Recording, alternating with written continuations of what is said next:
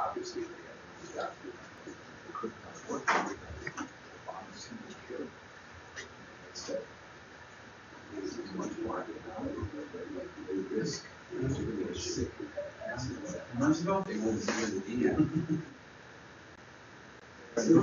Yeah, I know. You ride the road? Yeah. Morning. Said you could get $8 a month. That was it. Yeah. I mean, it was it, but it could be more than Harvard.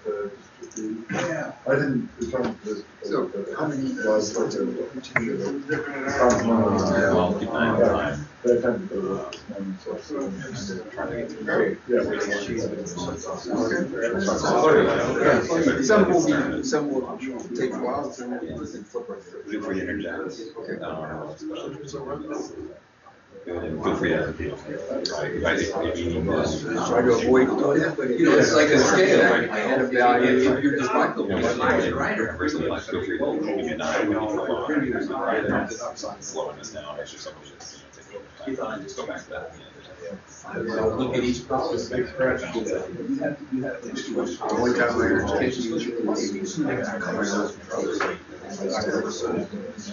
his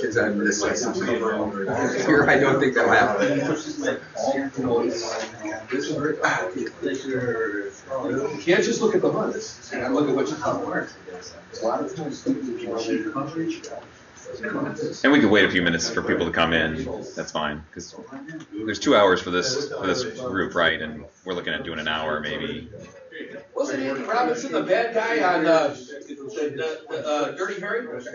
There might, that right? I'll have to look that up. Huh? I'll have to look that up. I'm not sure. Yeah, that was the bad guy on Dirty Harry, man. Yeah, So the actor that played it. I got to make his day. Well, that was much later. Oh. Nice dinner, wasn't it? What'd you have? I'm gonna look have to look up Dirty Harry bad guys now. The actor, not the actor who played it. Yeah. Yeah. Nice thing we got before. Alright. I had your ribeye. I get it done today.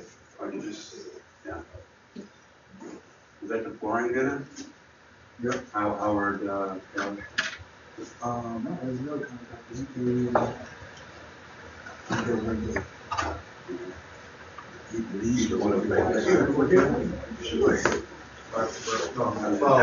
Yeah, she works for the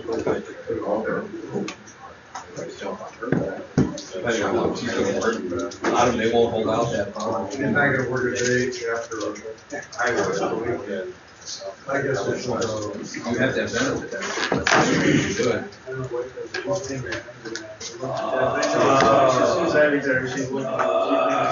She's too young.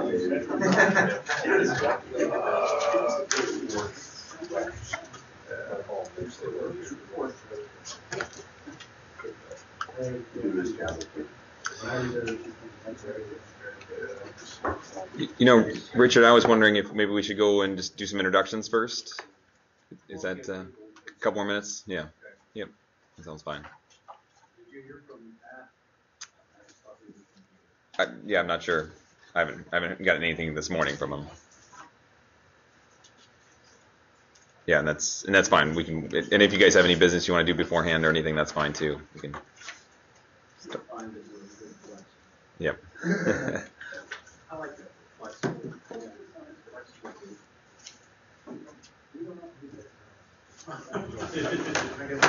Morning. How are you? Good. How are you doing? Good. Good.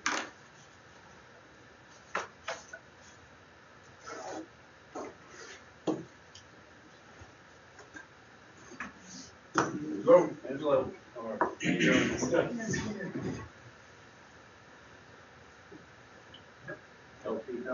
No, I'm taking it. Hey, how we doing? How are you? Good. Good. Wanted to see you too. Refresh your coffee.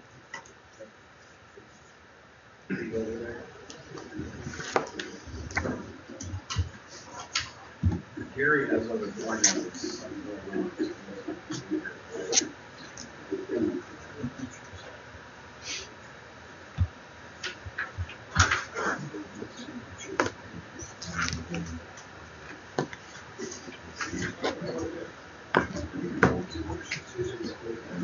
Yeah,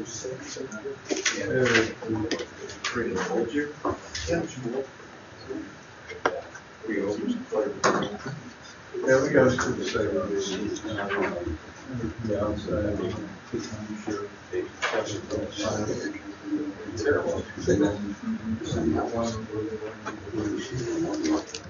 We're pretty good with keeping projects safe. Yeah, how you gonna sit here?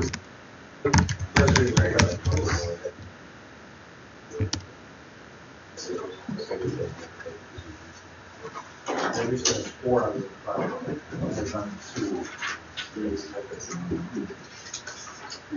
That was second on one.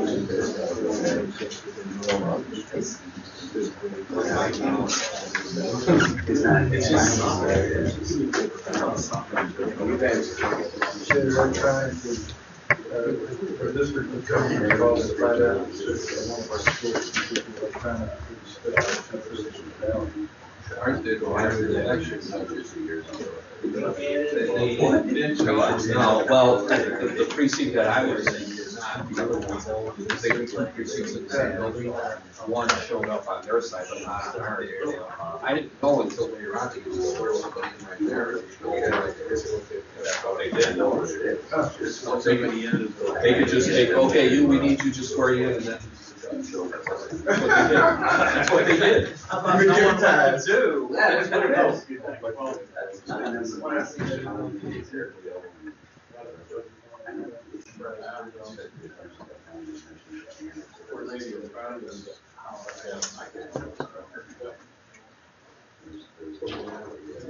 That's why people are doing more and more. At a time or early bird or fail thing. And if anybody wants any flyers, so we have some brochures on the side, some examples of case studies from schools or from swimming pools, parking lot lighting, and some applications. And we can talk about those more at the end as well. But if anybody wanted to grab some of that information, that's fine too.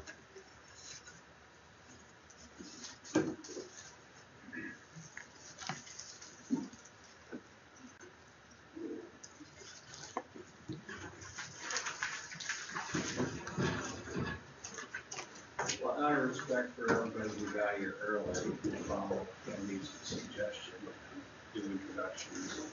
I'll start. I'm Richard Bergman. I'm Director of Compliance for West40. You all know me too.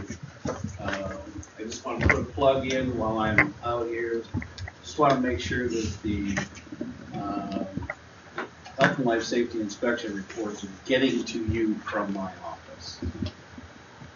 They are getting to you. I've had some glitches on my end. No, we got ours. Okay, great. So yeah, those will be coming to you pretty quickly after you had a visit. So that's who I am. You're first. Oh, Scott, new Director of Building and Grounds with Florida North School District 98. I'm Brad Drake. I'm the building foreman of Lyons Township South Campus. Kevin Mitros, Director of Buildings Grounds, Lyons Township High School. Potter Hurley, Director of Building Grounds at Nara Jade. I'm Robert Nemeth. I work with Andy at CDAC. I'm an architect and I'm the technical director at CDAC. Angelo Calcagno, building manager at Proviso West High School, buildings and grounds manager. Tom Ackerman, buildings and grounds, school district 102.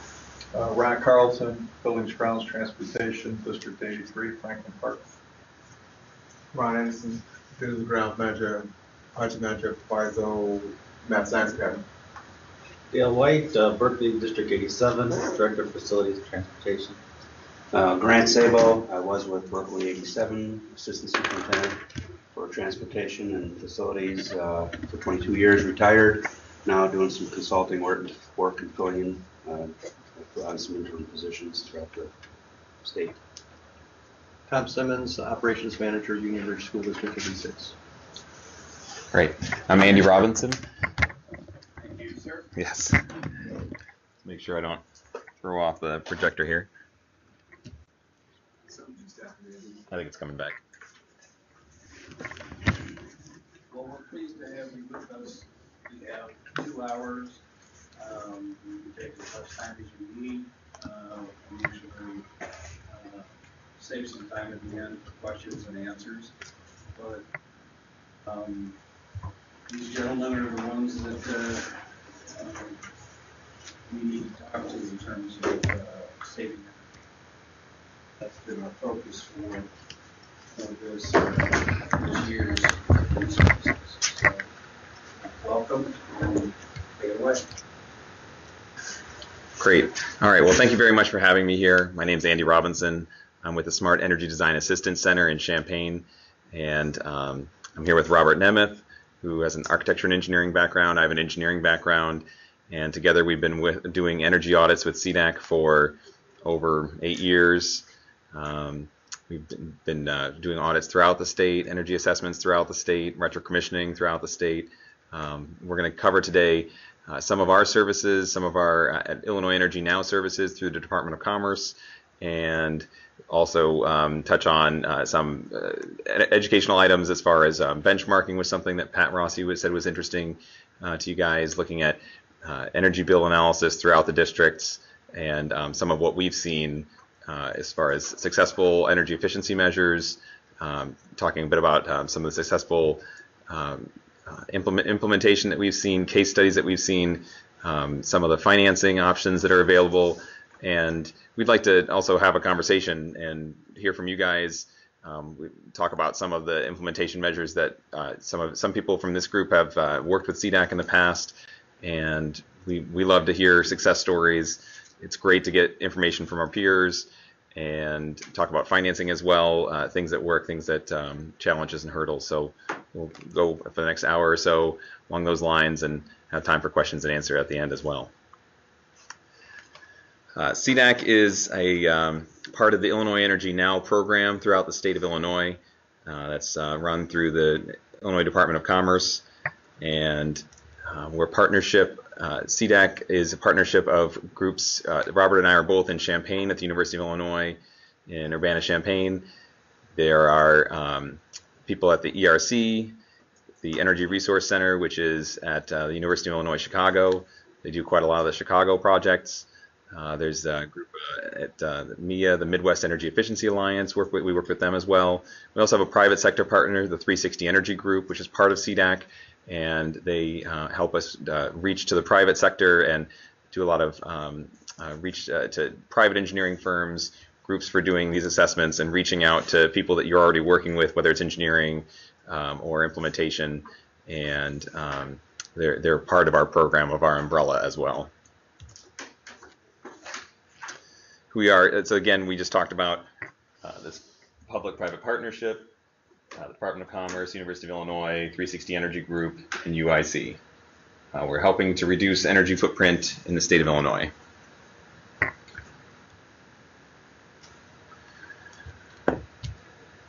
All right, so what we do, this text is a little small, so I'll read it off for everybody. We do outreach and training, so some of the activities that we're doing today. We have energy assistance and assessments. These are all free services, so free energy assistance, free assessments, if you want to call them energy audits.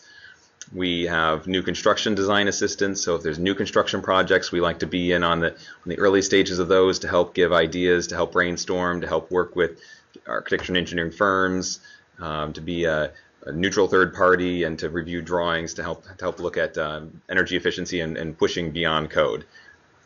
There's a new construction incentive program that we help administer. The energy performance contracting, we're going to talk a little bit about that under financing today. There's part of the 360 project and the CDAC project work with energy performance contracting support. We do retro commissioning projects, so really more in-depth analysis. We'll touch on those today as well. And application assistance for the Illinois Energy Now application incentive program.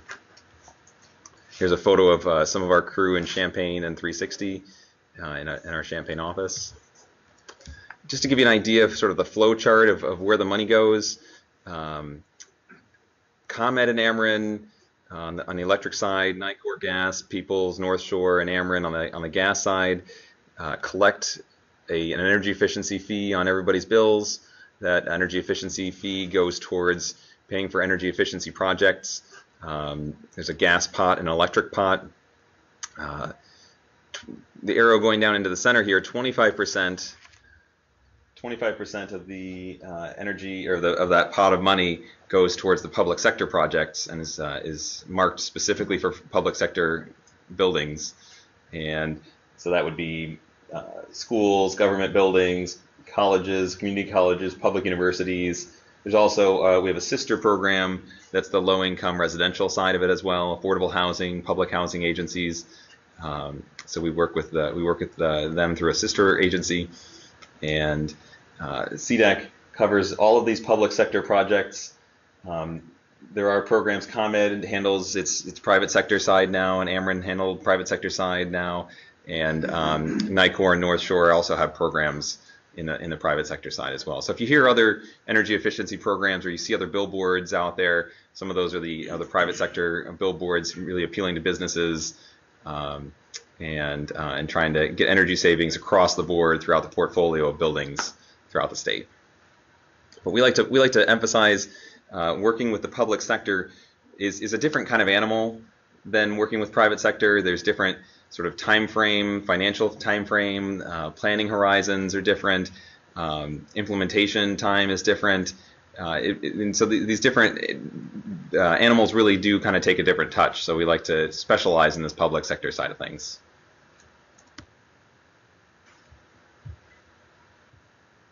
Just a graphic illustration of, let's see, resume slideshow. There we go. So there's a graphic illustration of the state of Illinois and all the different projects we've done throughout the entire state. Certainly Chicagoland area is heavily populated and has a bulk of the projects, but we really cover the entire state and try to reach every corner. How many schools? The number 1,700 clients is in my mind, but number of schools, I mean, I would imagine we're in the couple hundred range. Yeah, we're close to 200, I think, just under 200 schools that we've looked at across the state of Illinois. Yep. So, yeah, several hundred schools. And those go from big to small, all sizes. So energy goals for our clients, saving energy dollars, equipment upgrades, identifying incentives, and reducing the carbon footprint throughout the state. So really saving energy dollars, though, is a primary motivation in everybody's pocket, everybody's wallet.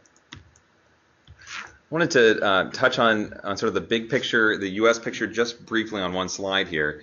So this, to me, is an illustration of energy efficiency in action.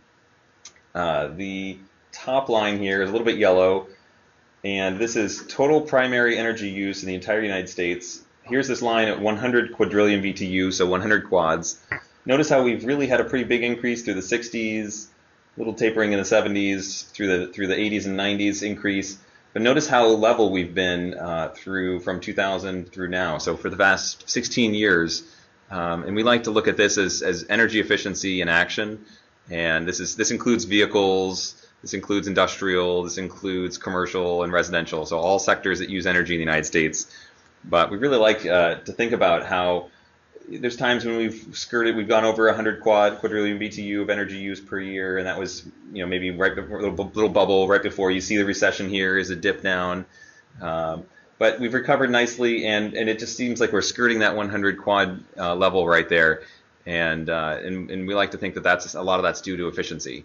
And efficiency in buildings is what we focus on, but certainly there's car efficiency, vehicle miles efficiency standards as well, and industrial processes are always becoming more efficient for the bottom line, and industrialized countries do better when they use energy efficiently.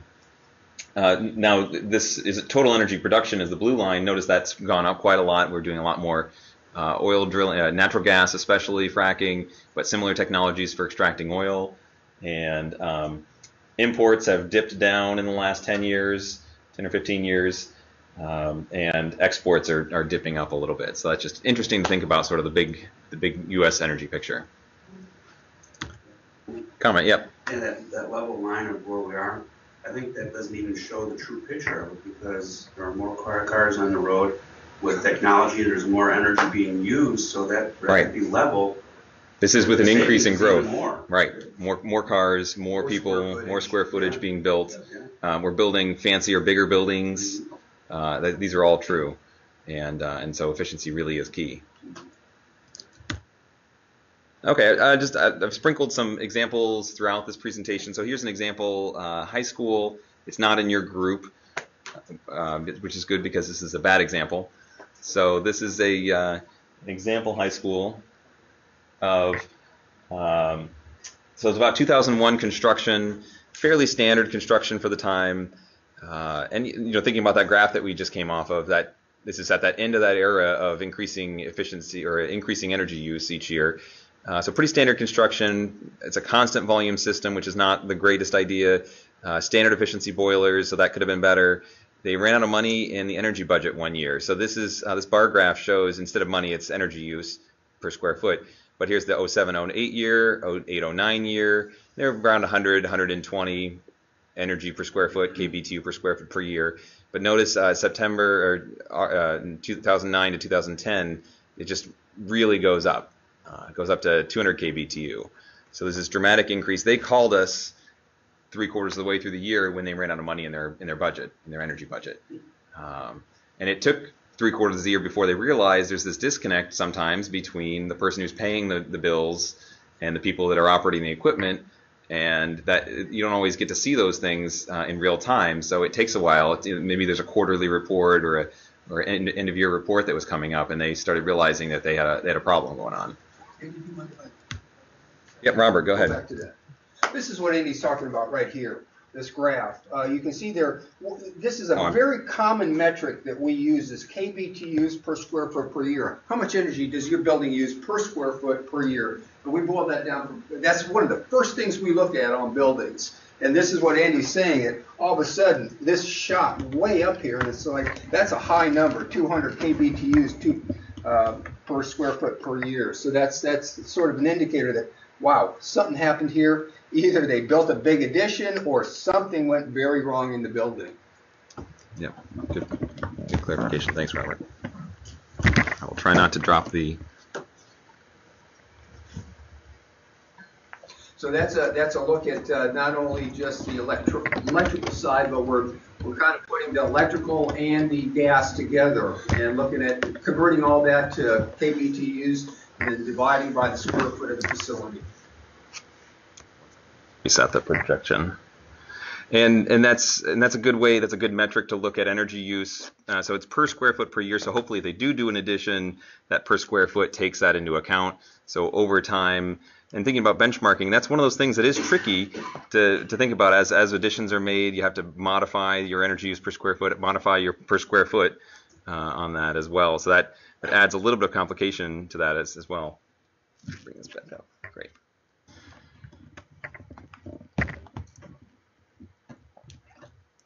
All right, so this shows a bill analysis for those first couple of years that we were talking about. So 2007, 2008, and this is electric on top and gas on the bottom. Am I in anybody's way? Do I need to move out? Are you guys okay visually? And then there's more seats up closer if anybody needs to move forward. So electric, we would like it to follow this cooling degree day line. That would be a typical office building would follow that cooling degree day line pretty well. Likewise on heating, we would like it to follow the heating degree day. We'd like the monthly bills to follow the heating degree days for gas use for heating the building. We are starting to see in this building there are a couple of blips here, and that's an interesting question. Why are there a couple? Okay, there's the mouse. Why are there a couple blips on this gas electric line starting in December, October, December, and that's a bit of a question right there. Some good points on this is that 2008 had summer school, and which is why you see a difference between 2008 summer and the 2007 summer. They didn't have summer school the previous summer, so they had an air conditioning reduction the previous summer. And let's flip to the next year here. All right, then things go crazy. So notice the electric use is way above the cooling degree day line that we'd expected before, that trend line from before. Likewise on the gas, we're using gas way above the wintertime use that we were expecting before, and we're also getting maybe 1/3 of our wintertime gas use is in the summer. So we're getting really high summertime gas use as well. What do you think is bringing that up? So in this case, this building has the potential. So this has hydronic reheat coils in the VAV boxes, or it's constant volume system, but they have reheat in all the rooms. In this case, what was going on? We came in, we looked at the school, looked at retro commissioning, and looking at tuning up these systems, finding out what was running. What was happening was a number of things happened. Something went haywire in the building automation system. Everything was running 24/7. So all the fans were running 24/7. All the louvers, the outdoor air louvers, were open 24/7. So it's essentially like the windows are open in all the rooms. In the summertime, this summertime that we're seeing, the reheat, all the reheat coils just went full open, and interestingly, the comfort level was okay in these rooms. It was reheating at the coil in the box, but it was producing cold air to that box, so that it was giving temperate air in those rooms. It might have been a little warm in some rooms, but it was fairly temperate air in these rooms. But this is what it looks like when you have reheat. The boiler reheat is fighting the chiller in this case, and they were just running flat out, pretty much as they could, fighting each other. And then in the winter, this is the difference between running 24/7 fans and bringing in outdoor air into this space all winter long, and the increase in gas use from doing that. So then after this project, we were able to find these issues, find these problems, help identify them, document them in a binder, and they had their contractors working on these, working on fixing these. They also had, so it's not just a control issue, some of these were mechanical issues. Every year a certain number of reheat valves fail. 20%, 30%, something in that range is typical if people haven't looked at their we ask the question, what's your reheat valve maintenance schedule, or when's the last time you put eyes on your reheat valves and measured the temperature of the coil when it's closed? And if people say, what reheat schedule, we say, well, let's assume 20% of your valves or 30% of your valves are probably leaking already. That's just sort of a maintenance issue. But right, so we get this amazing energy reduction. We're back down to the wintertime electric use that we'd expect. I'd say they didn't have summer school these couple of years, which is part of the savings we're seeing on the electric, and then the gas use is right back down to what we'd expect as well, and even a little lower. All of these are staying below the line on gas pretty well compared to before. They were creeping above the line several times too. We typically ask for 1 year's worth of energy bills, or a minimum of 1 year's worth of energy bills. You can see here why we prefer to get more years, because if this is the year you give us our energy bill, we kind of get this skewed picture of the way things are operating. So we do like to get a little bit more than a year history of your utility bills. Right, and nowadays it's even easier to get multiple years. So we went from asking for 12 months to asking for 2 years. People have spreadsheets pretty easily. It's pretty easy to download the spreadsheets from ComEd. Does anybody ever use there's some new tools that ComEd has, like the Business Energy Analyzer. That might be not quite exactly the right name. There's a nice tool for that we are just starting to have some clients work with in the last couple of years. Business Energy Insights, or Business Energy Analyzer. And schools can use that as well. And it's a sort of a portfolio manager tool, and we'll touch on some of these today. But so there's the Energy Star Portfolio Manager. So the Energy Star Portfolio Manager is another option. And if you have a large district and you want to look at multiple schools within a district, that's maybe an easier way than making a spreadsheet to put it into Energy Star Portfolio Manager. Do you have any experience in playing with that at all, or? Okay. Yep, it's an excellent tool, and we use the Energy Star Portfolio Manager. Part of that tool is called the Target Finder, and we use Target Finder to help. Is it on the next page? Let me go back a couple pages. One of these, so it would look at energy use intensity, and in energy use intensity, it would see this Target Finder graph down here at the bottom. This is from the Energy Star Portfolio Manager Target Finder. And it's the idea is telling you what your target should be. In this case, it thinks this school should be around 60 kVT per square foot per year to be, that would be in the top 25%, or it'd be in the top 25% of schools, so better than 75% of schools, of peer schools in its region or in its climate zone. And there's a lot of factors in there as far as how many computers you have, cooking facilities, how many refrigerators you have. So there's a lot of inputs to the Energy Star target finder. But once you get those input, that allows you also, there's tools in there to, if you add an addition, you can change the square footage. So it's changing that metric again as you go, and it helps track multiple facilities over time. It's with any online tool, there's some parts that are easier and some parts that are harder to use with that. Sometimes I've had people with difficulty with uploading the first 24 months or the first set of bills that they have, years of bills that they have. I almost have sometimes found it's unfortunately easier to just type them in manually, and so just take the 20 minutes and type it in manually. Otherwise, I spend 20 minutes or more dealing with upload file errors or something like that. So they've redesigned it in the last couple of years, but even the redesign occasionally has some things that are just easier to do manually sometimes. Type it in. And we have people that can do that. So that's one of those services. So CDAC can do energy portfolio analysis for districts. We just had a district in Central Illinois give us 32 schools. We're taking all the bills for all 32 schools. They already had them mostly in spreadsheets, and we asked for some utility bills to get the rate structures figured out as well. But we're putting those in and looking at how those break out across the entire portfolio, and then that helps inform us and them which buildings should we look at first for energy use. So look at the high energy using schools first. And Robert's worked on some of those projects, and we've done that's usually it's a very good way when a district comes to us. We say, well, we can go ahead and just take all of your bills and start there, and then figure out which buildings to prioritize. You might have priorities too if there's need for a boiler or maintenance issues or other priorities. We factor those in as well. But sometimes energy is a nice place to start. It also, so let's go to the energy use per square foot graph here. All right, this graph has about 47 schools of the schools that we've looked at on here. Energy use per square foot ranked by order of energy use.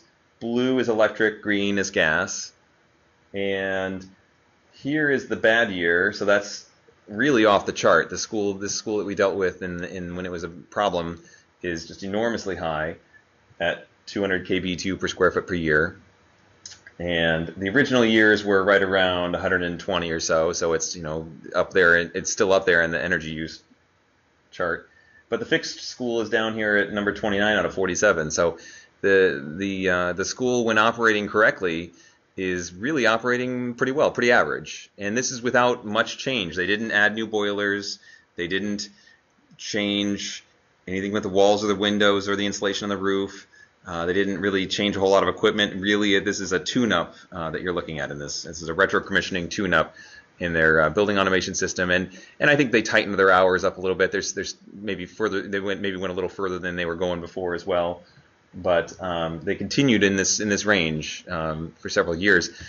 I would caution, though, going back to this graph, there's nothing to say that this system can't go haywire again.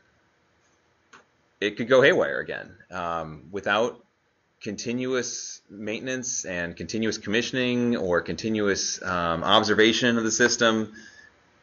We've seen what this building can do, so it's kind of interesting to think about what is the worst case scenario. This building running flat out, 24/7 operation, fighting itself, systems fighting. This is a possibility, and it's kind of interesting. Sometimes we make pie charts of buildings. That's the pie chart here, and this is the pie chart of that building in a good year. I think this is based on a typical year, and it's interesting to think about if we doubled HVAC, what would this pie chart look like? And it gets really big.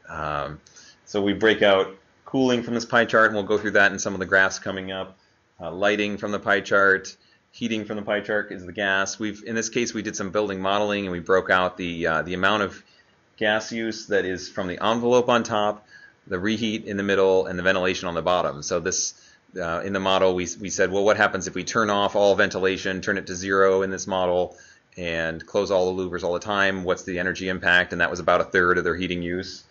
And the reheat, we had a scenario where we changed the system to not being a reheat type of system and saw what the impact was there. So almost another 1/3 of their energy use.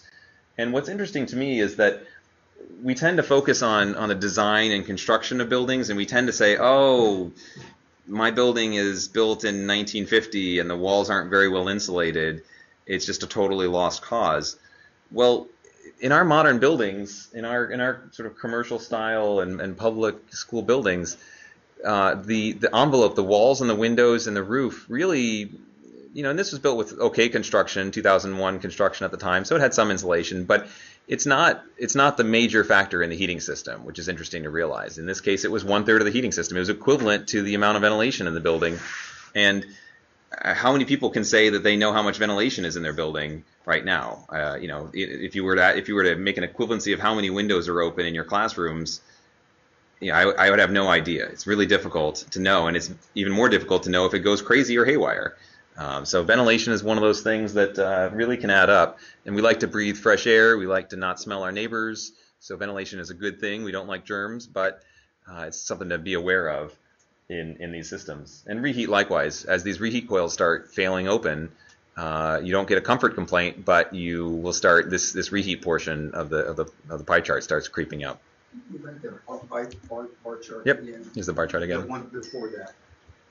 We've seen problems like this also with the school district that we were working with a couple of years ago. We had, I don't know if you remember, but we had that unusually really cold winter. And they were afraid of some freezing pipes. So they turned the boilers on to run 24/7 and understood, you don't want any pipes freezing. And we got in a little bit later, because we had been working with this school district for quite some time, and all of a sudden we saw this in January, February, March, April, May, way high. Well, they had forgotten to turn the schedules back to reschedule them. So, and we calculated that was about $40,000 worth of gas use. I mean, we're not talking chump change. We're talking, quite a bit of money here.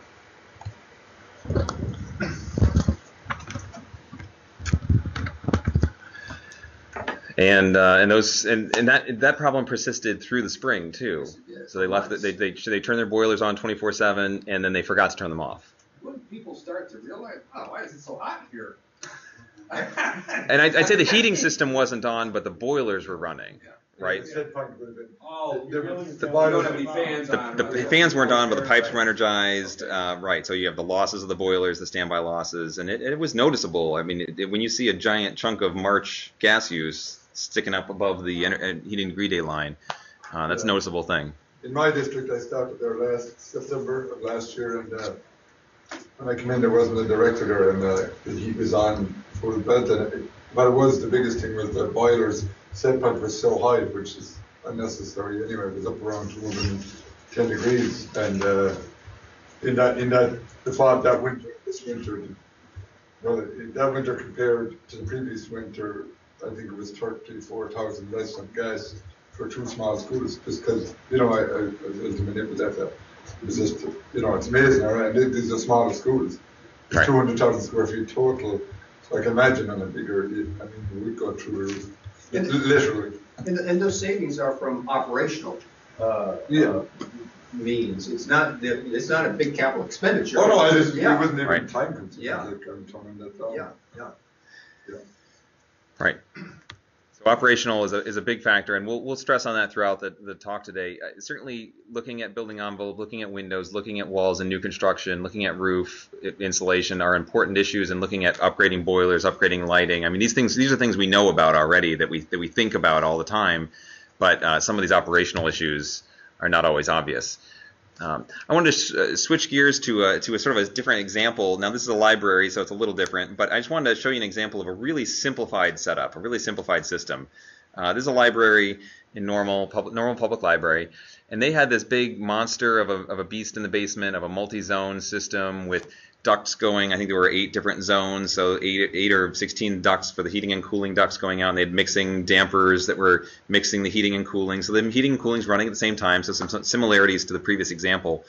But what they ended up doing was they ended up retrofitting this instead with a complicated multi-zone system or a complicated VAV system, for instance. They already had the ductwork in place, so they could do this, but they put in 8 separate residential units, furnaces and air conditioners. And it's just kind of interesting to think about for maybe some of the smaller service centers or some smaller facilities you guys might have. This is a really good option for them. and it really keeps it simple. In their phone, they have the ability to have all 8 or 10 zones as line items in the phone. It's very similar to the residential version of this app. This was I think a Honeywell control, and they can set the time, they can set the zones. Now they have a trade-off. They don't have as much. They don't have the ability to run trends, to record data. But this is a librarian that is running this. So in this case, the librarian is the head of the library is the building maintenance person. As cuts happen in districts, we're noticing, especially libraries, aren't having the maintenance budget to keep up with these kinds of things. And so he really did need a simple system that was easy to understand. So this is just a good case study. It cost them $190,000, but they received $50,000 of incentives. And so they're saving $40,000 a year. So this has a 3 or 4 year payback. So it's really an excellent. And HVAC doesn't always have that great of a payback. I think this is a case where the original system really was fighting itself quite a lot. So we're talking about utility bills. We talked about more months are better than fewer. So 24 months is what we like to get to start off. But if you have more data, we love to take it. Multiple years can illustrate the anomalies that we've been talking about. We've got changes in consumption other than weather. So we might see if you added an addition or if there's some system that gets stuck on. And this is a good preparation for our site visit. These are the first steps that we take before we go visit a site. So typical data analysis. So this is just a little bit of an example of how we do our benchmarking. So there's electrical use data and cooling degree days, like we've mentioned before. So this is a school. This doesn't have summer school, and it's heated and cooled, and it's a comfortable facility. But what we like to illustrate is that that cooling degree day line just buried down by default on the graph. Now the school doesn't have summer school, so they really don't have much air conditioning use. They're pretty much shutting the school down in the summer, and it almost implies this area under this triangle almost implies that they have a whole lot of air conditioning use. So what we like to do is we like to say, well, let's offset the cooling degree day line up in the axis, and let's illustrate that there is a gap in how much air conditioning they would have used if they were an office building, for instance, fully occupied all summer. And so then the question is, what should that value be? This 225, there we go. This 225 kilowatt hour baseline, should it be here? Or should we move it up a little bit, be a little bit higher? So we look at this spring month, this April month, and say, let's use this shoulder season when they're not running cooling, they're not running heating. So really an ideal situation, I guess, not running cooling and not running any of these, we're not matching it to the winter over here. But notice you start picking up these shoulder, spring and fall times when we're seeing sort of typical consumption of schools ramping back up and using some, matching this cooling degree day line. And that's a pretty useful tool to use. Now in this April month, now we would ask the question, what is using energy? And April's a good guess. But what's using energy in this case? So we have lights that are using energy, fans are using energy for ventilation, plug loads are using energy, electricity. So it's probably really plug loads, lights, and fans. And so we can really start to decipher, make some estimates of how much lighting energy there is in a school, how much might be pumping and fan use from looking at the motors, and then trying to make some estimates on how much are computer use. And this really gives us sort of some boundaries of reasonable estimations for when we're estimating energy savings. We're not going to estimate more than is even being used, more than is even reasonable to be used in this facility. With this now we've illustrated that you could put the heating degree day line on this graph too, and that just illustrates that there is a little bit of an increase in electric use during the winter. I think that you can almost see that from the previous graph anyways. And that might be due to longer lighting hours, so a little bit of an increase in lighting hours. We certainly would like to be on the lookout for our people using space heaters under desks. One thing I like to recommend for space heaters, I have a metal desk at my office from 1960. It's a real classy piece of equipment, and it's very cold on my arms when I'm typing. So I ended up getting a small blue heating pad from the pharmacy, and it's a 30-watt heating pad, and it really keeps my desk nice and toasty.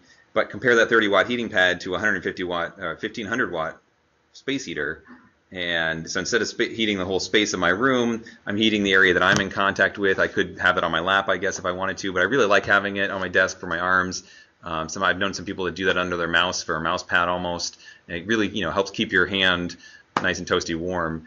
They have a foot version too, so if you're a person with cold feet, that sometimes it's really nice keeping your feet warm. It's amazing what that'll do for you. And so a 30 or 50 watt contact heater really does an amazing job. And I would argue that that's, as far as life safety questions, there certainly aren't the issues of fire safety with having that big heater sitting right next to it, whether it's something flammable, something that could, if that heater gets stuck on, those heaters, the little contact heaters they usually turn off after an hour or something like that. They're on a timer.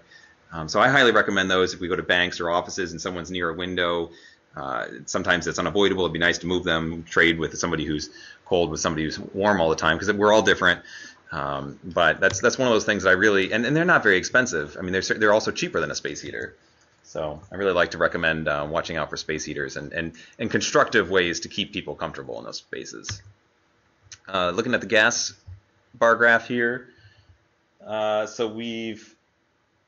question is, should we offset this heating degree day line to the same way we did in the cooling degree day line? A similar question, just like the previous example, is why do we have, this is July over here on the left, June and July, why do we have a whole bunch of gas use in June and July? So it might be a better illustration of their winter gas use in this building to put this gas line back down near zero and illustrate that these summertime gas use, this summertime gas use is excessive. This is another probably example of another reheat problem going on. It'd be nice to illustrate that that's a problem that's outside the norm, that's outside what you'd expect for this weather trend line. Whereas this winter use is probably more normal, more what we'd expect to have. And this helps to illustrate that pie chart, how much is reheat in a building, how much is excessive reheat, and really fine-tuning that and getting that back down. So understanding where your energy use is really the first step to saving energy. We can also look at interval data for electricity. Most meters now are smart meters or recording meters that are recording interval data. ComEd will allow you to download that data. It's usually very cheap. Some years it's $3 per meter. Some years it's $5 per meter. I don't know, there's some nominal fee for some reason. But it's a lot of data, so it can be a lot to deal with, and we can bring that data down in the office and plot them. In this case, we plotted a whole month on top of itself, so all the hours in the month starting at midnight. And this one is kind of relevant because this happens to show Tuesday, November 2nd, 2010, which was election day. And it's interesting because the school was not in session that day, I'm pretty sure this is school. Yeah, school was closed on this day. It was not in session, but some portions were open for polling. So this is kind of interesting to see what the gym in the school was using when the rest of the school was closed. Even the Monday before, it seems like they had extended hours. So it's almost like they normally shut down at 3 o'clock or shut the lights off at 3 o'clock or some of the lights off at 3 o'clock. Maybe some of the fans taper off throughout the rest of the afternoon. But in this particular Monday, that's the effect of keeping the building open. And single days like that are one thing. But in the next example here, let's skip to this one. Here's an example where we recommended that this school change their schedule. So this is about a 2-week period stacked on top of itself. This is around spring break. So the blue days are the days before spring break. The red days are the days, and then the green days at the bottom are spring break days. So that's the minimum use that this school could do spring break shutdown. And the red days are the days, let's see, let me double check. So these red days are we introduced a new schedule during spring break? I'm sorry, okay, the green days are weekends, I apologize. The really low energy use days are the weekends. Spring break, there still are office people working, there's still some areas of the school that are occupied, and the HVAC system is still running on those days. But those red days there are the new schedule, and the difference in the schedule is that it was running until late into the evening. Didn't mean to click. The school was fans and maybe some lighting were running till late in the evening. We said, well, let's run the schedule and stop it, stop the fan use early. So there still might be custodial staff in these buildings, But this building has a huge mass. This building is not going to instantaneously get cold. It's not going to instantaneously heat up in the summer. It's going to float down slowly in temperature. So why keep running those fans for a handful of custodial staff when the building is essentially unoccupied? So this evening shutdown was changed from 10 to 5. Morning start was changed 1 hour from 5 a.m. to 6 a.m. And this saved $250 in this test week. In fan energy, basically fan energy alone, I think this was controlling fans through the building automation system. So that $250 per week, that's $1,300 per year, $13,000 per year in fan electricity alone. And presumably there's gas savings in here as well that we weren't quantifying because we didn't have that gas data at this time scale. But it's a good illustration of what that fine tuning can do, and really trying to push those boundaries of what's reasonable and really just experimentation. So this school district didn't like the idea at first of us changing anything, of us recommending changes. And we said, well, could we do it over spring break then? Could we do a test over spring break? No one's going to be there. Teachers won't be upset. They said, yeah, that'd be fine. And they liked this recommendation, and they were able to continue with it after this point in time. Commissioning, we'll just go through some of these really quickly. Commissioning, as far as keeping an eye on equipment, we've been touching on this with our examples. It can start on a new construction project with early in the design phase, and you'd like to be able to commission throughout the construction of the project. I like to talk about ongoing commissioning, especially that ongoing commissioning, really, it probably requires a full-time energy watchdog to be. Some of the best districts we've seen have a person that's on staff whose job is, perhaps even nights, weekends, and holidays, to be in those buildings when everything should be shut off and finding out which things are not shut off. We're talking about lights, computers, plug loads like printers, HVAC fans. These are the person that they're shining their flashlight in the HVAC louvers to see if the outdoor air louvers are open in the middle of the night or not. And not only 10 o'clock at night, but we've had plenty of schools that we've dealt with where, for some programming reason, they would turn back on at midnight.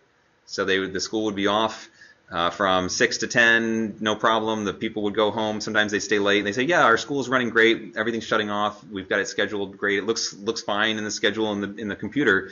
And when we go there and put in temperature data loggers and data loggers on the motors on some of these retro commissioning projects we've worked on, we find systems coming back on at midnight and running for an extra 6 hours each night. We were working with a district down in southern Illinois, and it was a fairly new school. It had 16 RTUs, rooftop units, on top of the building.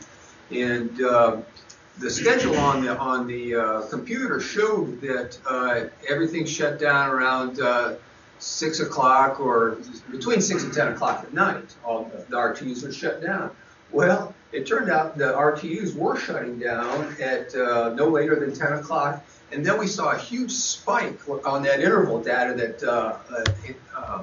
Andy was showing you at midnight. Well, these RTUs were probably turning on at midnight and then running from midnight till the next day at anywhere from 6 to 10 at night. It was a glitch in the software of the BAS, the Building Automation System software, that was turning these things, or allowing these things, to go back on at midnight when they should have been off till 6 in the morning. And that was a huge sum of money they saved once we identified that. No one really knew that. No one's there at midnight, and it's nice and comfortable inside the school, and everybody shows up in the morning, so there's no complaints. So these are the kind of things that we kind of look for. The schedule didn't show that they were coming out at midnight? No, the schedule showed that they were off. So it was a glitch with the software. Yeah, that happens with train a lot. It defaults because it's the next day. The 1201. 1201, right? And you said you had a similar problem during the summer? Yeah. We just had a new system put in one of the schools. Was that train? Yeah. The default 1201 is the next day.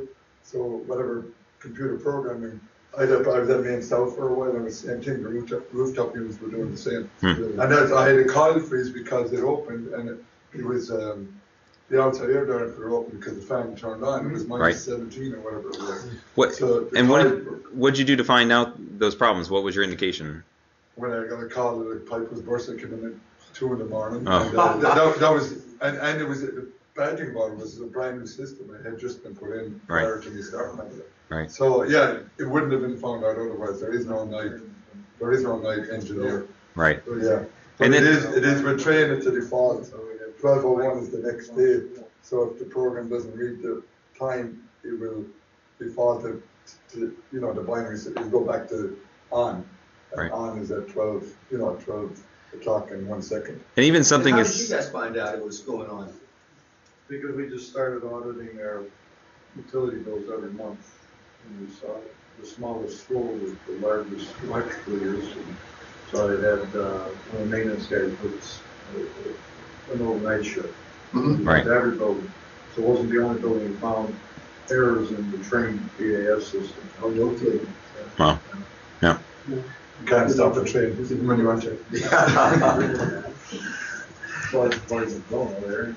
One last scrap. I realized I skipped over this one since we're talking about fans and pumps. It's interesting to realize, thinking about what's running all night long, this nighttime base load that's running all night long, and there's some difference between, and this is January, some difference between a few days versus another day, and I don't have a great explanation for what that is, but either way, I mean, we're running at 120, 150 kilowatts all night long, and really probably 24/7, because these let's say fans and pumps look like they're on 24/7, and they just get added on here during the day with lights and other fans and plug loads. But you can really start to see some interesting trends. You can start to see these when the staff arrives. You can start to see when all the lights are on, maybe the hallways are off and a lot of the classrooms are off, and you can start to see these change in service days, or maybe delayed start days. And similarly, you start asking these questions: why are all the lights in the building on until 10 o'clock at night or 9 o'clock at night? So these are policy changes and staffing changes, really, that have to do with turning lights off as you go, or we even find occupancy sensors will just default back to on, sometimes with the movement, air movement in a room. So we recommend, instead of occupancy mode, we recommend vacancy mode. So you have to turn them on manually. It's a manual on, auto off. Usually it's just a switch inside that is the difference between the two, but a lot of times they come default for Star Trek mode. And you walk in the room, the lights come on, you feel pretty fancy. But every time the maintenance person or the custodial person opens the door to get the trash can, then the lights are on for another 20 minutes. There's this balance of having lights turn off automatically, maybe 20 minutes, so it's not annoying to the teacher, but you want to have this balance of not being on all night as well, and certainly not coming on in the middle of the night with things moving around. So we've seen that as well. But this fans and pumps in this example just seems really high, even compared to the previous example. Just thinking about the difference, the delta in between these two, and these are both wintertime usage. This school went from 140 down to 40, whereas this school went from, 350 to 150. So sort of thinking about what your difference is, your nighttime continuous use versus your daytime. And this has to do with the efficiency of your fans, pumps. Are there VFDs on these fans and pumps? Are there restriction valves on these that you're just fighting themselves? Are they just fighting themselves against restrictor valves? These are the kinds of places to start looking for savings. Ongoing commissioning we touched on. Retro commissioning, we've been talking about retro commissioning the whole way through. Sometimes in our reports we'll try to illustrate this is a VAV damper staying constantly at 100% day after day after day. This is an outdoor air damper staying at a constant 40% day and night. We would ask, why is it staying at that at night? The one that's actually changing, the reheat coil, is, let's see, night is the shaded area, so the reheat coil is off during the day, and for some reason the reheat coil is coming on every night. And this was one where this schedule was backwards, and this thermostat was confused about day versus night mode. Occupied and unoccupied was literally just programmed backwards. So it said unoccupied, but it had a negative sign in it or something in the programming. So I mean, these are complicated systems. The programming is complicated. Complicated things can have mistakes. So looking at these issues, looking for problems, is really important. Some of the top 10 energy strategies, we'll go through some of these and we'll wrap up. We'll flip through some kind of quickly. So certainly lighting, we all know about doing lighting changes in buildings, T12 to T8. We're starting to get more options for LED options in buildings. Certainly LED exit signs, LED exterior lights. Interior lights, T8s are still pretty efficient. And they're pretty cheap, so they're hard to beat. There's not much savings. You're getting down, you're eking out just less and less savings with each new technology. As LED fixtures become more cost effective, certainly we'll probably go to those at some point in time. And people are doing them now, and they're happy with the results. Sometimes they're getting too much light output. We've had some people that are getting too much light out of the new fixtures, and that was true going from T12 to T8 as well. A lot of times the lighting level increased, and it was almost too much light. So looking at proper lighting levels is also important, and it can be a tricky thing to do. But keeping an eye on those kinds of things, or asking for track record for installs, looking at other examples of installs, those are all really important things to do. We talked about plug loads, computers and heaters, some already. We've talked about ventilation, watching out for how much ventilation is coming into a building. Certainly CO2 sensing is a good option. Again, those sensors have to be calibrated. They might only last 5 years. Thinking about carbon monoxide sensors, for instance, kind of same sort of thing. We're recommended to change those every 5 or 10 years. Maybe getting self-calibrating versions of CO2 sensors that recalibrate each night when hopefully the CO2 is very low. Heating and cooling, we'll touch on a couple boiler things coming up for some of the boiler incentive savings. We've talked about motors and pumps and VFDs already. Building automation we've talked about. Commissioning we've talked about.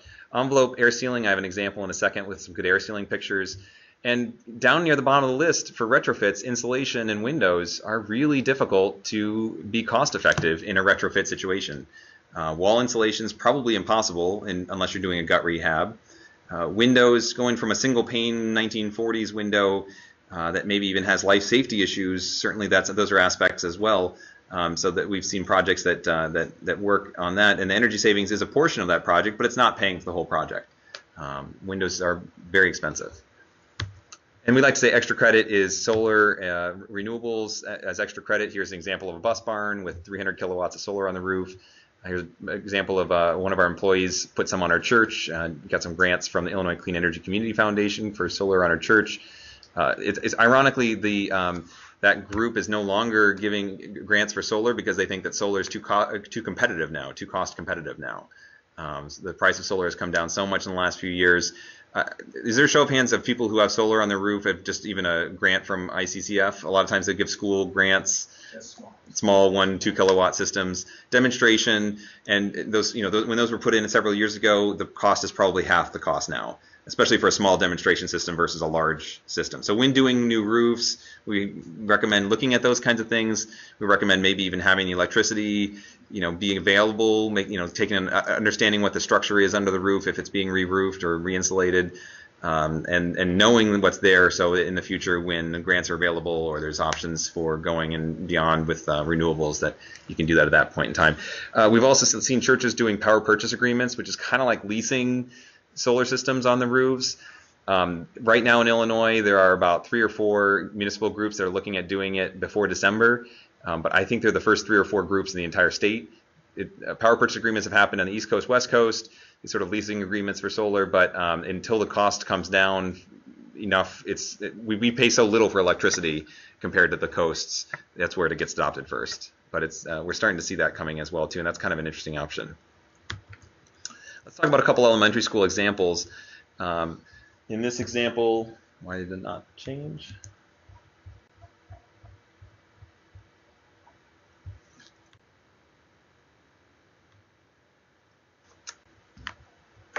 Let's restart. Resume. There we go. Sorry, so that was the bus. That was the bus garage. That was the church. Wind, sometimes people ask us about putting up a little wind turbine. I mean, if you're going to get a grant for a demonstration wind turbine, okay, that's great. If you have some field space, if you have not very many trees nearby, just recognize that if it, like any lawn ornament, it might break at some point. And do you have capacity to get it down and fix it? Are you going to be able to change the oil in it?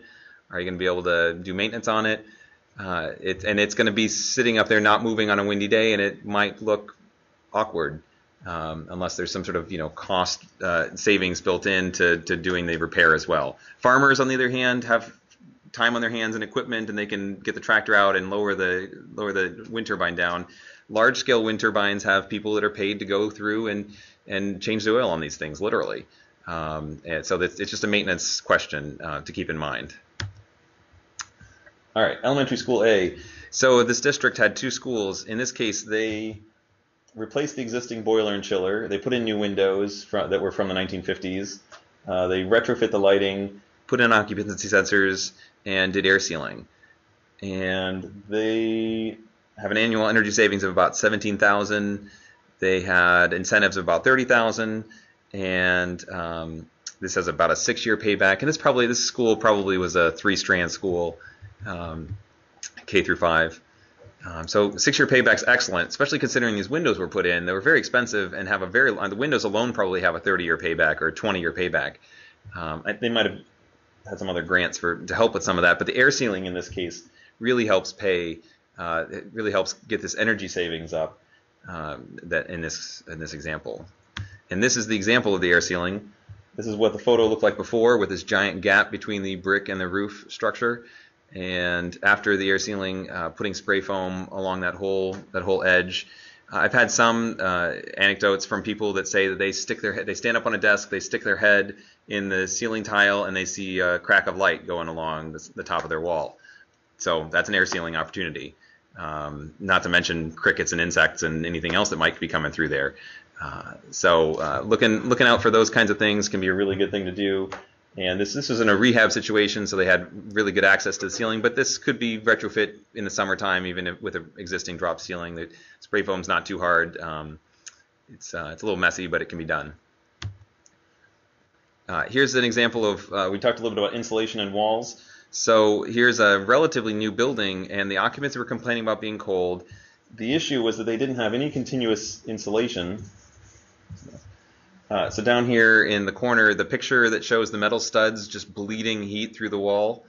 This metal stud, this area of the wall is at 64 degrees, maybe 60, the low end of the scale is 64 degrees, and the high end of the scale is 75. So the middle part of the wall is a fine, comfortable temperature, but maybe 20% of this wall is at 64 degrees. So you're sitting next to this wall, you're just radiating heat to these studs. For those of you that aren't familiar with this is does everybody know what thermography is? We're taking a picture of heat, basically. And this was a site visit that I went on, actually. And like Andy said, you can just pick out the studs like crazy right here. That's the low temperature, so those are 64. And the 75 is the high temperature in here. Like Andy said, no continuous insulation. And then this window is this right here. And you can see 41 degrees. They were actually in cold weather. And this was a pretty nice day outside. It was cool outside, but you can see the window right here is 41 degrees, and the warm part of the wall is 73. They were actually getting frost on the windowsill on the inside, and this is a brand new building. Right, so the mistake there was not getting thermally broken frames. Right. That aluminum frame is just a continuous heat sink to the outdoors. So when you're seeing condensation on those areas, some is going to happen no matter what. Even thermally broken frames will be slightly cooler, but once you reach down near that dew point, start getting condensation, start getting frost on those windows, that's an indication that you have problems with those windows and the frames. This is unfortunately going to be a long-term problem. It's not going to be easy to change that. No. In new construction. So you want to make sure that those are done in the beginning, or when you're retrofitting these buildings, make sure everything's up to spec, up to code, and check and double check.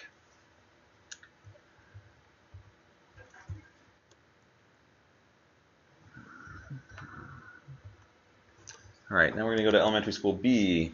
So in the same district now. Now this school didn't already have cooling.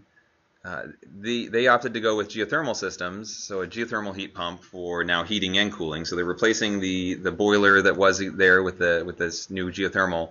But they're also adding a lot of equipment, and they're adding cooling to this building. So the payback's going to be longer. It's not just an energy savings. They're really adding comfort to this building by adding cooling and having the added benefits of cooling our children while they're in school. They also added new windows, retrofit lighting, occupancy. They were working on air sealing as well. It wasn't quite as bad as the previous example. And partly their air sealing wasn't helping to pay back as much, so they have a 30-year payback. So that previous example was a 6-year payback. This is a 30-year payback. Geothermal does take longer to pay back. I mean, it's a longer system. It's a long-term system. Hopefully, mechanically, it's underground. It's buried. It's isolated from the elements, so it should last a long time as well, as long as you don't get any leaks in any parts, and as long as you're careful about the engineering is able to valve off areas that might eventually get leaks or any potential problems that come up, and that's just workmanship and engineering issues. But in this case, so this cost more than $500,000. They had $35,000 of incentives, And their energy savings are 19,000. It's a pretty similar school to the previous one that got about 16,000 energy savings. So they're getting more energy savings each year, but it's just inherently a more expensive project. Now here's the benefit of this. In this district, I think they did about 5 elementary schools. They passed a 1% sales tax. They were able to do 5 or 6 elementary schools. Most of them did geothermal. The previous example already had cooling, so they decided it was more cost competitive to just replace it with a chiller. And in this example, they were able to bundle these schools together and these projects together, the 6-year payback with these longer term paybacks, and really look like a more competitive bundled project than just saying the 29-year payback. So they did some innovative financing on these projects. They did energy performance contracting, Energy Service Corporation, for guaranteeing energy savings, for writing up language in a contract that guarantees an estimated energy savings, helps pay for the project out of the energy savings over the long term, and has financing built into the project. And we'll touch on, I've got a couple slides in just a minute. We're going to wrap up here in a minute, and I'll finish up with the financing. We'll touch on some of those ESCO opportunities in a minute, the energy performance contracting. I didn't want to leave out boilers in this. I love this picture of these gigantic old boilers. Some people in this room might have gigantic old boilers, this district took pride in their old boilers. They really loved them. This happens to be a steam system, but I love this ladder going 2 stories up this boiler. And they did put in newish controls, burners on their boilers, so they are maybe 2% more efficient than they were before. So they've optimized efficiency a little bit on the burner side. Some of their options for these are a boiler tune-up program that we help run. The Energy Resource Center in Chicago helps administer that program. They could put in some new boilers. There's a steam system, so they're not going to be able to put in condensing boilers. But the other question is, the new sections of this building are already hot water. Could they continue that hot water conversion and get rid of the steam radiators that they have in the last couple areas? And then when they go to new boilers, you can go to a hot water boiler, which can potentially be condensing, and especially if you design the system to accept those lower water temperatures. We also, the next slide here, we have high impact incentives. So I wanted to mention just briefly, we have the HINGE program, the High Impact Natural Gas Efficiency Program. So the HINGE bonus project, so this is through the Illinois Department of Commerce, the Illinois Energy Now program, and for large projects that are over 50,000 therms, so between 50,000 and 100,000 therms per year savings, they could get, instead of $2.50 per therm saved, it's $3.50 per therm saved. And then if it's even greater than 100,000 therms per year saved, then it's $4.50 per therm saved. So these are some pretty big incentives for some of these big projects out there.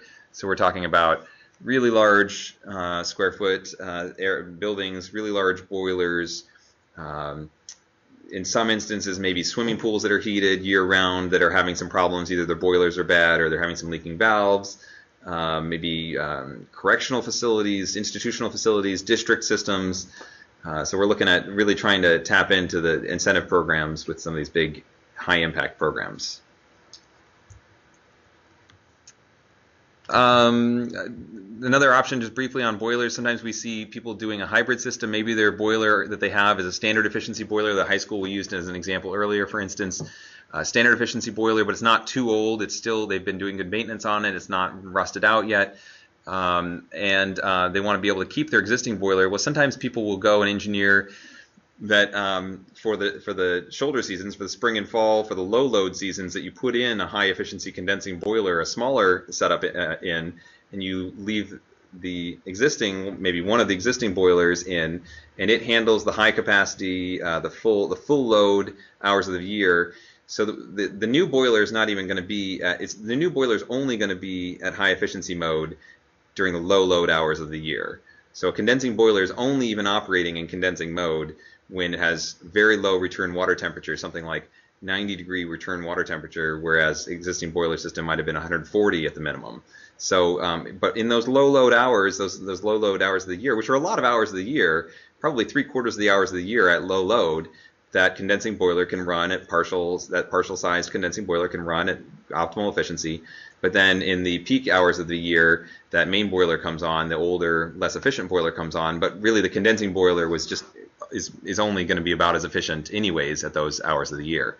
So sometimes you can get 75% of the savings by only making, let's say, half the investment in new boilers. So that's another option to look at that we like to recommend, that when getting engineering bids for a new boiler, looking at a hybrid system, and it can be a way to help reduce costs. It really does depend on the engineering setup of the building. Can the building accept lower water temperatures? If you're a good candidate for really low water temperatures in your building, maybe going to a full condensing system is the best way to go. Lighting, we have an example of a school a little later on that has some light tubes, but we don't need to talk a whole lot about lighting. Hallways can be multi-level switching. In this case, every other light is on, but really even fewer lights can be on for 24/7 operation, or maybe this is just sort of passing period operation. You don't really need all the lights to be on that were engineered. So working on the switches so that not all the lights are on is an excellent opportunity for savings. Exterior LED parking lot lights, kind of a nice illustration of a nice looking, more uniform and whiter parking lot versus the high pressure sodium that you see in the yellow. Sometimes there's arguments to be made for safety, for videos, for recording the true color of cars and parking lots.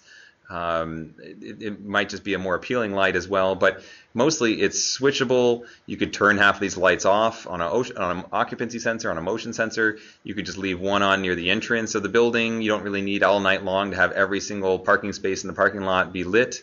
So there's opportunities to reduce the amount of lighting in these parking lots, and then you don't have a long restrict time on these lights to come back on if there is a problem, or if there is a car that's driving through and it triggers the motion sensor. Quick plug about our application, one-page application. We brought applications today. I just wanted to touch really briefly on a couple of financing and incentive items before we break here.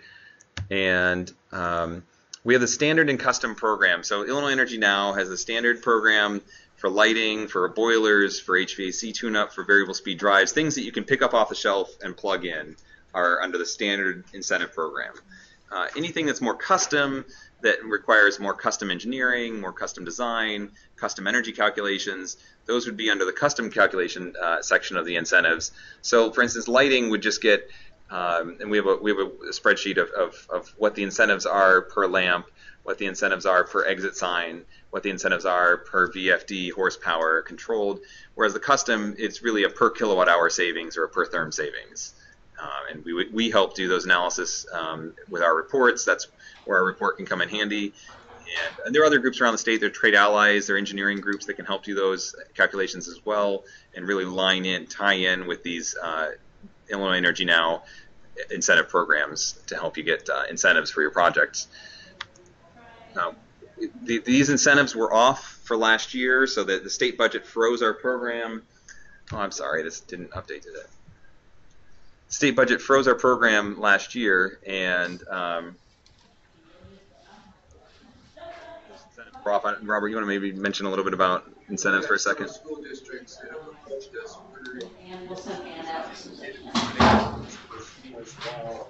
shut down because of the budget mess here in the state. And we've been directed by the state to tell folks to fill out the application and apply for those incentives, and you may get them or you may not. We don't know. So that's the direction we got from the state. Go ahead and fill it out, and hopefully you'll get those incentives. Yep. If you did anything well last year. The good news is that even though last year was frozen, the funds weren't swept; they were just frozen. These funds are kept in a private sector; they're privately collected. 25% of them are earmarked in that fund for public projects, but they're not state money. But the grant writing, the check writing portion of it was what was frozen. So this year, the funds are still available for this year and last year. So this year they have twice as much funds to spend. So they're really trying to incentivize energy efficiency projects. Many of these projects were already in the pipeline, already planning, had gotten CDAC applications or assessments, had been working with trade allies, had heard about these programs in the past 8 years of this program, and this little hiccup unfortunately happened last year. And so hopefully we can work to spend the money that people are expecting or hoping to get for their energy efficiency projects. And going forward, we're hoping to spend gas money, we're hoping to spend electricity money on upgrades to this equipment throughout the state. Excuse me. Some quick, some other incentives. Everybody here is within the ComEd and NICOR area, so you don't have to worry about being outside that area. There's some municipals and things out there as well. We mentioned a little bit about the Clean Energy Community Foundation, and they have innovative grants if you're doing a net zero new construction for really high efficiency buildings and putting solar on the roof, for instance, or they have some other. They still have those solar school 1 or 2 kilowatt solar projects that you can apply for.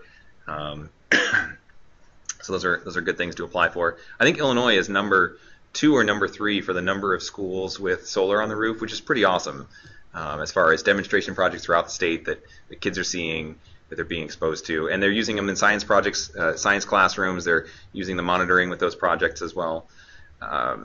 Illinois State Board of Education had funding for projects, energy efficiency grants. I'm hoping that they will be able to come back in the future. So I just mentioned them briefly. If you're in a more rural area, there's a county board members group that can help with application assistance.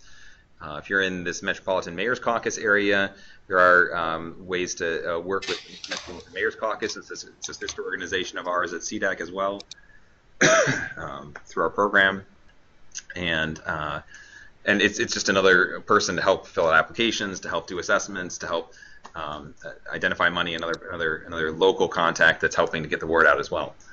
Performance contracting, let's talk about that coming up here. Last couple slides.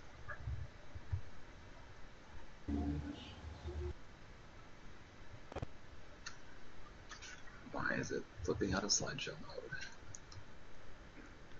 There we go. Okay, financing sources. I just wanted to mention briefly banks. For some municipalities and counties, looking at bank loans, energy efficiency loans. If you're having projects, I don't know, in the $100,000 range, maybe $500,000 range, talking to banks is a good option. Revolving and specialized funds. Some of these funds, there are some EPA funds out there. There's some USDA funds out there. These are probably a little bit more rural oriented, maybe not as specifically towards schools. Bonds, certainly. I mean, how are people paying for projects in general? There's operational dollars. There's 1% sales tax kind of things that are happening sometimes. Bonding issues. What are some of your experiences? I'm curious. That's the qualified zero. Yeah. What's the gist with that? The interest rate is the first 2 years, I think it's 0 interest. So yeah, so really reduced energy efficiency oriented, I think. Yeah. Mm-hmm. For reduced interest rate loans. And I don't know a whole lot about them. That's why I'm curious to get more information from you guys as well. But To get a regular bond, we did 2 years with $2,000 bond. Good. I think depending on your boundaries and stuff like that, it's going to kind of dictate where you go Mm-hmm. for your money and stuff. Mm-hmm. Yep. Third-party energy performance contracting is another option. ESCO is another term for that. Energy Service Corporation. Mentioning power purchase agreements, I'm curious if those pick up more in the state. Some people are leasing equipment. It's sort of similar to the sort of power purchase agreement idea, where sometimes the third party is absorbing some of that risk in some of these more innovative methods. There's a little scenario about some financing. I think we'll skip through this, just sort of what loans could cost. Energy performance contracting, really briefly, is probably for bigger projects, annual costs over $100,000 for utility costs. You want to be in the facility for the foreseeable future because you're going to be writing a contract about your energy savings into the future. And maybe you haven't done a lot of these projects before. They'd really love it if you had a lot of low-hanging fruit as well, to do lighting and to do air sealing and to bundle these projects together to help increase the energy savings. That's always exciting for people to get more energy savings dollars. Dave Burr here is the consultant that we work with that helps review contracts. He helps facilitate the process. He helps be a third party with the state to review and to be another pair of eyes on these kind of complex contracts that districts don't usually deal with, these specialized programs. A quick case study: Eastern Illinois University Did quite a lot of chiller and cooling tower upgrades, adding buildings to chilled water loop, retro commissioning. They built a new energy center for a central plant, and they decommissioned an old central plant. Part of that project, phase 2 of that project, for example, was about $10 million. Energy cost savings, $1.9 million per year. Some operational cost savings in there. They're saving water. They're saving gas, electric, water savings. Enormous amounts of carbon dioxide savings from decommissioning that coal plant. So this is a big example, but it's interesting to see what some of these big projects are doing and how they're financing these with energy performance contracts, where the energy savings, where the upfront cost was covered by the energy savings, the guaranteed energy savings of this project. So, here's a picture of their renewable energy center. This was an $80 million project to replace that 1928 coal burning plant, which was failing and outside of emissions specs. And they happen to be able to burn both natural gas, and they're experimenting with wood chip as well. So they're gasifying wood chips, experimental part of the plant. And they have some nice big solar tracking arrays as well. Speaking of maintenance, sometimes you drive by the solar tracking array and it's cool when it's tracking the sun, but it's not so cool when it's broken and stuck. It's just one of those obvious things. So again, sometimes we like to keep it simple and just putting solar on the roof, set it and forget it kind of thing. But they get out there and they repair it. It's just another maintenance question. This is expected to reduce CO2 in the campus by 8%. It's the first LEED platinum power plant in the country, so that's kind of cool too. The building is LEED platinum. The plant itself is an engineering. How you doing? All right. Me too. More Illinois Energy Now programs. We have energy efficiency aggregation, application assistance. The STEP is the savings through efficient products. Has anybody ever done STEP projects in their school? MIA, the Midwest Energy Efficiency Alliance Association, helps. Did I just lose it? No, one second. I think I've got a little feedback on this webinar, and I just want to make sure everybody's muted. Robert, do you have any other comments about STEP, for instance? No, not about STEP.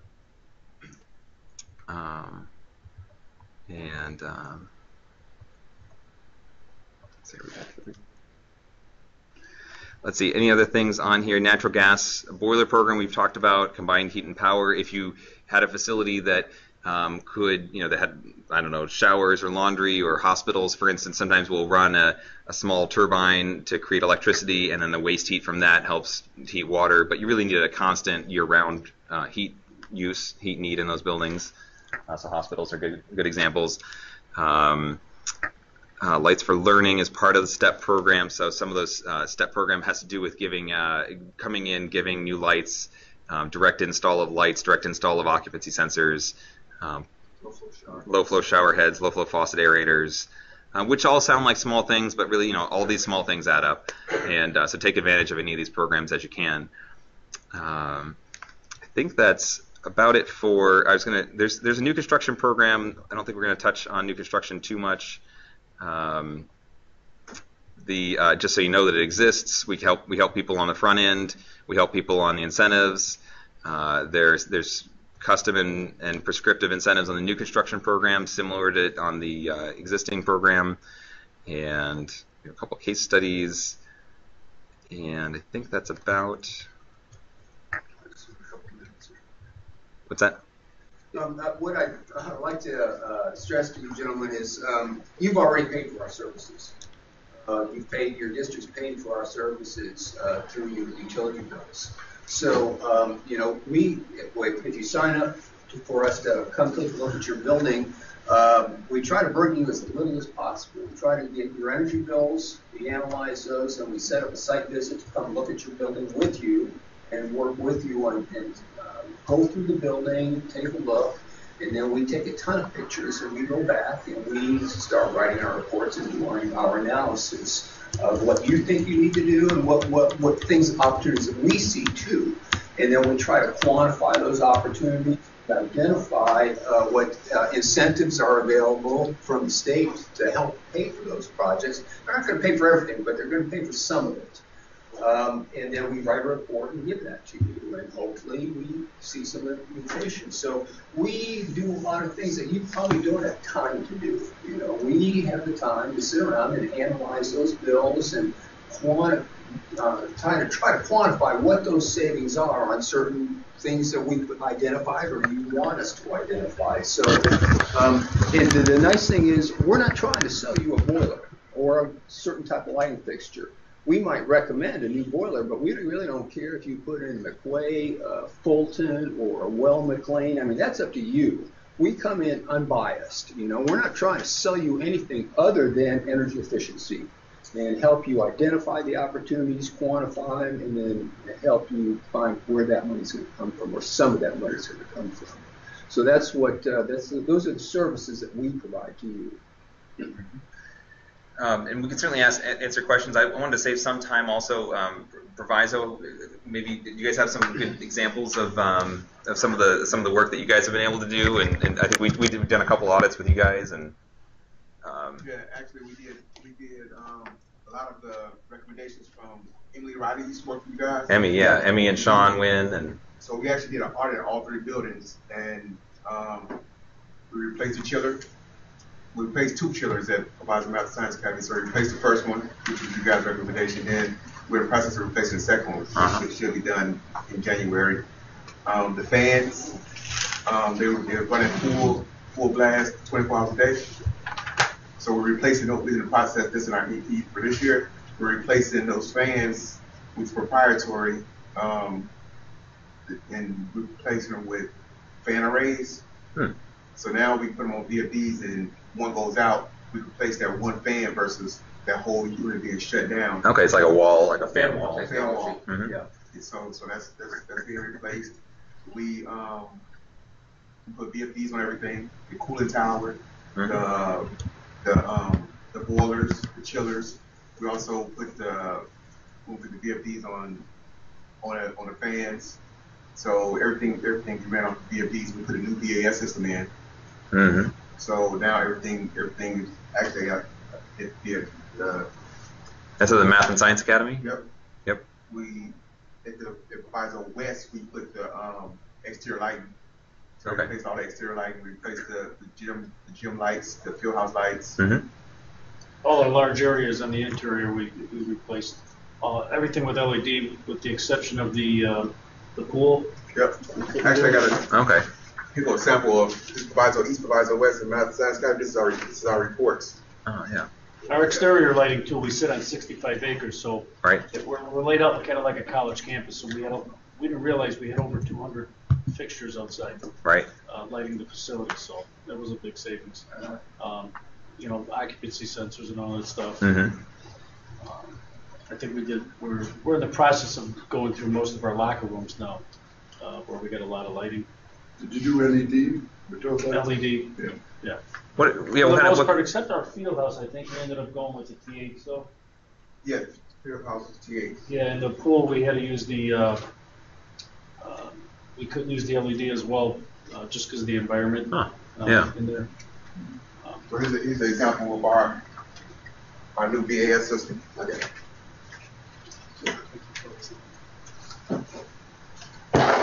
So now I can control. Let's see, for instance. Here, why don't you turn that around so that. Yeah, feel free. Yeah, I can stand on that side. So now, Whose system is it? this is our system at Proviso Math Science Academy. Yeah, So, but who runs it? D3 controls. I changed from John's controls because I didn't want a proprietary system in. Yeah.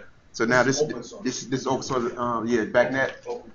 So we put D3 controls in all of our buildings. So now if we fire D3, we can bring anybody who works on BACnet to come in and do repairs on it or replace them.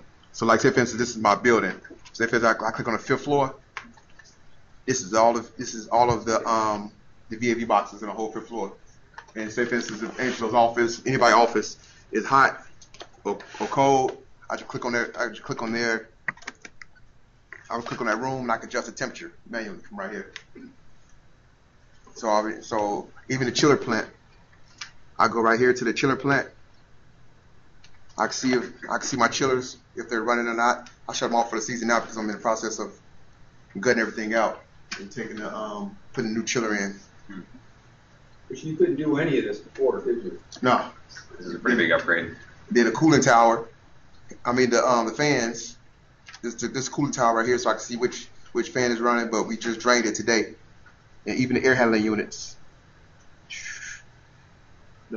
Here's the boiler room, so I can see which boilers are running, what's the temperature, and you can see that they both on auto at 170. Ron, does that show you the efficiency of your boilers as well when they're running?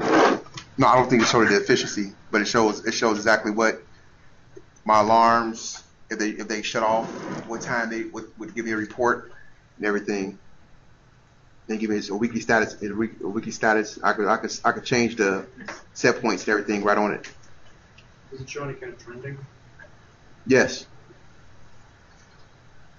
And the trending is one that I always find is interesting. How there's this question of how much time to trend, and I hope that in the future we are able to trend for longer and longer and longer. It just, I mean, I don't want to fill up the hard drive, but it just seems like with the ability to do, I don't know, backups offsite and with cloud backups now and things, it's really nice to be able to go into a project and say, oh, what's the trend look like the last few months? What's your boiler looking like? And it's fine to have a day or two or a week, but it really, I think in the future will be interesting to see longer and longer trends and be able to deal with that data too in an easy way. And that's part of it as well, as how easy are the trends to really deal with. And I think that's where the industry can, maybe with fancier touchscreen iPad kind of things, I think that I'm hopeful that the industry can make that easier in the future as well. Because big data is hard to deal with. There's a lot of data, and it's just data until you actually make information out of it. Like this is our air handling units, so I can see exactly if one of the fans shut down or whatever. And it just makes it real easy for my fireman too. We got building engineers called firemen. Makes it real easy for if he's at home, he can see what's going on and what's wrong. Right. Because we got all our firemen's tablets, so they all could have access operate through the tablet to the right. DAS as well. And now we're in the process of starting to automate the other buildings. Mm-hmm. So we're gonna start putting in new front ends and all that stuff in all the other buildings. Great. So eventually, as we get more funds, we'll start putting in. At Math and Science Academy, have you guys been able to look at energy saving? Some of these projects are pretty recent, but I don't know if you guys have been able to look at the energy savings yet. No, not yet. We haven't had the new chiller in for the entire year yet, because they both chillers was running off of I think it's called 11 what was it called? It's not. They don't make it anymore. Oh, fluid. Refrigerant. Yeah, the refrigerant. They don't make it anymore. So we was constantly leaking, and they noticed all that stuff. So I basically took the recommendations out of your booklet. Yeah. And I started going down the list, doing all those projects, going down the list. Yeah. Because once we signed up, we had promised CDAC that we would do at least $10,000 worth of projects, so they wouldn't be wasting their time. That was on the retro commissioning project. Yep. And but we did over a couple 100,000 of them. So it didn't matter to us. Right. So yeah, it's good. Because the retro commissioning is sort of a longer term, maybe 12-month, 18-month project. Right. Whereas the assessments, they're both free, but the assessments are, would be a sort of a 3-month kind of time frame or something. Well, the retro commissioning does require a $10,000 commitment. Yeah. Our lighting was done over the last 2 summers, so now we can probably go back and start to see our exteriors. Okay. A lot of the interior stuff is done over the past summer, so we can start to go down, start to pull that information out. That'd be great, and we'd love to be able to help you with that on the implementation. Doing a review of the energy use, and I'd love to be able to update my slides with more good success stories, and I love to see that. Yeah, because that comparison, you can't just compare one year to the energy of the other. As you know, you've got to normalize that data over weather and stuff like that. So. Are there any other good case studies? I mean, thank you very much for that. Excellent. That's great info, and I love to hear good case studies. Are there any other questions, as far as or comments on projects that you've enjoyed doing or challenges? Yep. So one of the things that we did was before we and a lot of buildings, obviously if you're 10-year life safety surveys and stuff. So one of the things that we did was we did ours with you guys before we had our life safety survey done, before we had our long-range plan done. Mm-hmm. So we can implement those findings into that long-range plan, because this way I don't have to worry about finding money. It's that we can build it right in. So right. A lot of the things that you guys recommended, we were able to put right into that stuff. and we were able to just roll it right into, Yeah. you know, whatever life safety things we had to do, whatever, we've done extensive renovation. So we were able to roll a lot of these things right into that, and nobody even noticed it, so we just got it done, and it just snuck right in. So, not snuck right in, not Yeah. good things, but Yeah. it was fit done right with in. minimal having to convince people. It was just something that I was able to make recommendations to our engineers and architects, Right. and say, hey, these are some of the things I want to put into this plan. So, Right. we were able to do that. So Okay. my only issue is that for me, I have a hard time quantifying how much I'm saving, and that's my goal. Is the next phase of this for me is I want to be able to put in some energy monitoring, some resident verification, Yeah. so I know, hey, the squeeze is worth the juice. You know, the juice is coming out because I'm putting this money, this effort into it. So that's where my next, Right. that's where I want to be. Right. We showed some of the data from interval data from hourly data or half hourly data from the main meter, but it's really would be, you know, it's really advantageous to get that sub-meter data. Sub-metering. Well, and that's the thing. I mean, you don't want to be so specific as Key to every systems or outlet, something. but Right. you know, a 15 horsepower pump is going to take more power than 87 computers and 10 rooms of lights and you know 10 hand dryers or whatever. Right. So we want to be able to quantify that data. Yep. So. Right here. And one more thing that what was really helpful with CDAC was that they helped create buy-in. So they showed up. I called them. They showed up to the board meeting and was able to explain to the board exactly what was inside the reports versus me trying to explain secondhand what was in the report. They knew firsthand what it was, and the board received it better from CDAC better than it would come from me. So that created buy-in, so they didn't have any problem with us going down and listening in. Yeah. Good. Well, we're happy to hear that. Thank you. So, you know, one of our goals here was to hopefully have some of you folks sign up for our services. We've got some applications on that table. You know, we need meters, your meter numbers and stuff like that. But if you don't have that kind of stuff now, that's fine. All we need is your phone number or an email address, something to get in touch with you, and we'll go from there. So, like I said, you've already paid for our services, so it's no cost to you.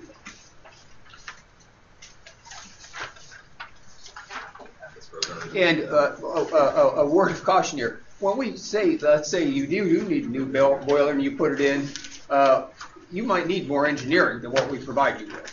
So that's just, you know, a word of caution there. You know, we might see that you've got an ancient boiler, and we might be able to quantify approximately how much you're going to save, but you're still going to have some engineering done. You know, we don't. It's not turnkey what we do. So just a word of warning. All right. Well, thank you guys very much. Really appreciate coming, being able to talk with you all. And we have some more flyers. We have school smart tips. We have school case study. We have exterior lighting tips, school tips, and we have a talk coming up in December 8th. If you guys know anybody else that might be interested. Well, first off, next week we're going to be speaking at the South Group. South Cook. I talked to Gary. He said you guys are going to. Right. So I just want to take the opportunity to thank these guys, Robert and Andy, for coming out. And you know, are you going to be able to share the link with us? Yeah. So that because I'm going to be honest with you, I wish there was a larger group of people here because this is all great information. And as much as we try to get people, and Richard buys the nice donuts, it's hard to get people here. So we'd really like to get this information out because it's. Like I say, it's a service we already pay for. Right. So I'm doing the test of the recording of it. We'll put it on the website, and the PowerPoint's always on the website as well. And we'll share the link with you guys. Hopefully, the recording can go up as well, and that'll be there as well. Right. Thank you. Appreciate you coming out. Thank you very much. With that in mind, I just want to toss something out to the group. Please consider talking to your colleagues that aren't here and bringing more people with us, with you, you know, bring a friend, like Pat